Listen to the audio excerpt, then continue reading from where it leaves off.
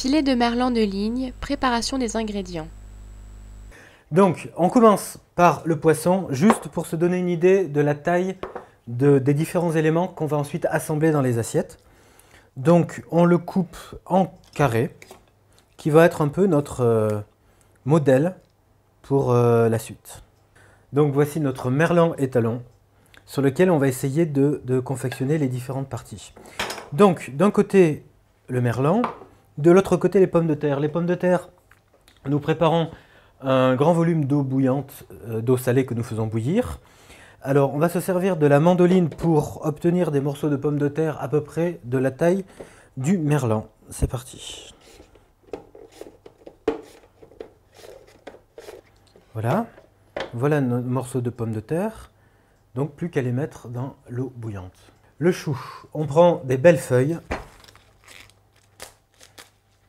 et on va tailler des carrés à peu près de la même taille que le poisson et que la pomme de terre. Je prends le trop grand, celui-là en tout cas. Alors le chou va aller au four. On le dispose sur une plaque allant au four avec du papier sulfurisé ou du papier aluminium. Voilà. Plaque que l'on va passer dans le four que on l'a fait préchauffer en position grill à, disons, plutôt vers le haut, mais pas trop près de la salamandre.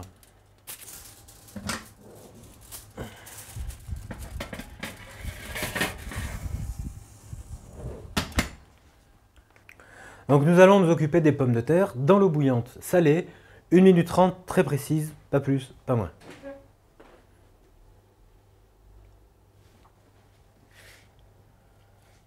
Donc 1 minute 30 d'eau bouillante salée, c'est le temps de sortir les pommes de terre et de les disposer dans un plat muni d'un papier absorbant.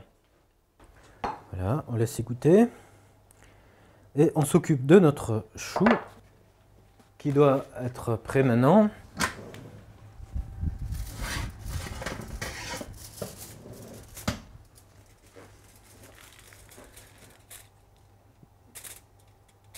On prépare la marinade.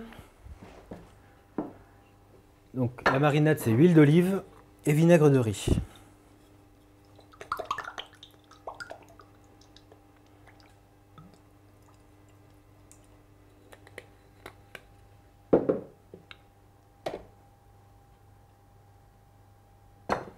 On y place le chou.